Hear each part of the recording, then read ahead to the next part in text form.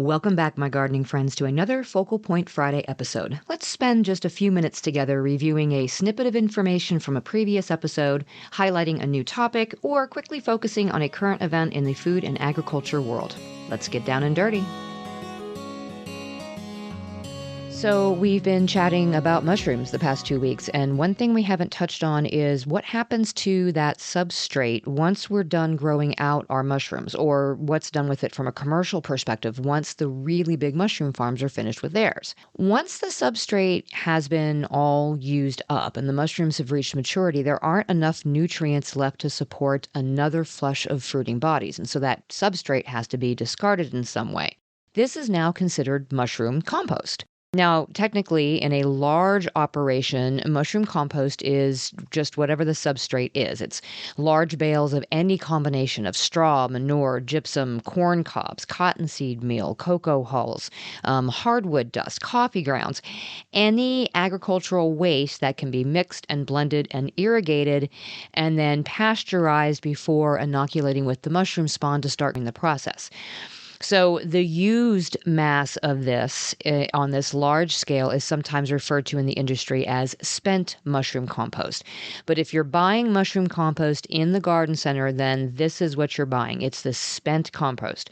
You're not buying composted mushrooms. You're buying the spent material that was used as the growing substrate. Now, usually this spent substrate has been pasteurized again before being bagged up and sold so that we don't have to worry about any extra fungi coming along for the ride. But if you're growing mushrooms at home or you're getting mushroom compost from a friend, there may be some biological life in there, and that's okay. In fact, I think I'd rather have that life in there so long as it's not been contaminated in some way. The problem with commercial mushroom compost is that many of these farms operate outside, and the substrate will have been exposed to weed seeds. So if it's not pasteurized again, that can be a problem for the end user. But in the case of homemade mushroom substrate, this isn't going to be an issue.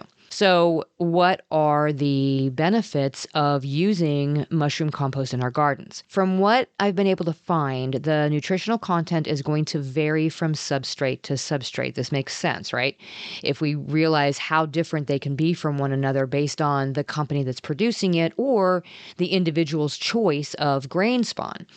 If we average the analysis that I've found, it looks like the nitrogen, phosphorus, and potassium, the NPK, is going to be very similar to that of any other organic amendment or compost that we might use. Pretty low in immediately available nutrients, so around 1 to 3% on nitrogen, about 0.6 to 1.5% on potassium, and 1 to 2% on phosphorus.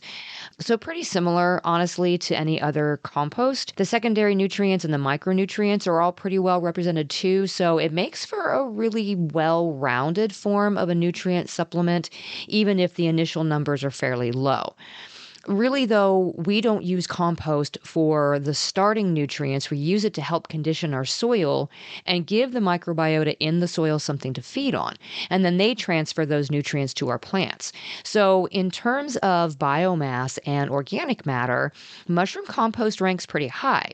The particles of the commercial stuff, anyway, are pretty consistently uniform. The pH averages around 6.6, unless it contains some chalk, in which case it's going to be a bit more alkaline. So that's something to watch for depending on your soil. And it holds moisture pretty well. It is a very porous structure, so adding it to your garden soil should improve water retention, and using mushroom compost in amounts that are no greater than 30% has been shown to actually increase yields. Any more than that, though, and they started to see a decrease in yield in many studies, so just don't overdo it when you use it. Of course, this is all the commercially available stuff. It's going to be different when you're using your own used substrate, because what you're using as a grain or medium will be different. The level at which it's broken down will be different. So the best I can tell you is to use your own judgment based on the texture of the material when it's done. So if it crumbles apart pretty readily and the particles are less than 1 inch in diameter, you can likely use it directly in your garden beds. If not, you'll want to add the used substrate to your compost pile and let it age a little bit before being used. So how do we use it? Well, basically, just like regular compost, the commercially available stuff in the bags will likely not be very bioactive, again, because it's been pasteurized a second time, but it should readily be inoculated with the existing microbes in your soil. So you should have no problems incorporating it directly into your garden beds. Again, stick to using less than 20 to 30% mushroom compost in your beds, or you're more likely to throw off the balance of the soil biome and the structure. So just like any other commercial compost, I'd recommend using it as a mulch and allowing it to slowly break down as the season goes on. The only thing you would want to probably avoid is using mushroom compost for acid-loving plants like blueberries, since it does tend to be on the alkaline side, and that could affect the pH of your soil. Now, your homemade substrate will still be very bioactive with probably some leftover fungi in it if you don't pasteurize it again prior to using it in the garden. So feel free to mix it into the top 4 to 6 inches of your bed and just plant away. And don't be alarmed if you see some mushrooms pop up here and there too. Of course, we learned in this week's interviews that those mushrooms will actually benefit our garden plants by giving them a little extra boost of CO2. So using your spent mushroom substrate in your garden sounds like a win-win to me. Thanks for joining me on this Focal Point Friday. I'll be back again on Tuesday for another regular episode of the Just Grow Something podcast. So until next time, my gardening friends, keep on cultivating that dream garden, and we'll talk again soon.